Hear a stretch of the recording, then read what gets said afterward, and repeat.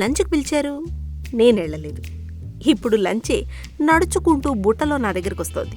ఏం జరగబోతోంది, ఎలా జరగబోతోంది? Wait and watch. వదినా, మీరు రాలేదని నేను చాలా ఫీల్ అయ్యాను వదినా. అందుకే నేనే స్వయంగా మీకోసం బిర్యానీ పార్సల్ తీసుకొచ్చాను. అన్నయ్య ఎక్కడా? అన్నయ్య! చెల్లెమ్మా, కీర్తి, నా కోసం బిర్యానీ తీసుకొచ్చావా? Thank you so much. నా ఇచ్చాయి. అయ్యో, అదే లేదు, ఇచ్చేయ్. ముందే ఫోన్ చేసి చెప్పాలి కదా. నీ అన్నయ్యకి కడుపులో పేగులన్నీ ఎండిపోతే ఇప్పుడే మజ్జిగన్నం పెట్టాను. ఇప్పుడు మళ్ళీ మసాలా బిర్యానీ అన్నావనుకో, కడుపులో అది ఇది తేడా అయ్యి పెద్ద ప్రాణానికి ప్రమాదం కదా. ఏ సోను, నేను చాలా స్ట్రాంగ్ గా ఉన్నాను. వద్దులే. సెట్ అయిపోయింది, కడుపు చాలా బాగుంది. ఇలా ఇచ్చేసి ఒక పట్టు పట్టేసి. నోరు మొయ్యి బావ, నోరు మొయ్యి బావ. ఆరోగ్యం ఇంపార్టెంటా, నోటి రుచి ఇంపార్టెంటా? అది కాదు కీర్తి, ఆయన అలాగే అంటాడు. ఇది ఫ్రిడ్జ్ లో పెట్టి రేపు మధ్యాహ్నం నేనే తింటాను. నీ బిర్యానీకి న్యాయం చేస్తాను. Auto waiting. నువ్వు మీ అన్న చెల్లెల్లో పలకరింపులు అయిపోతే వెళ్ళిపో. టూ మచ్ అవుతుంది.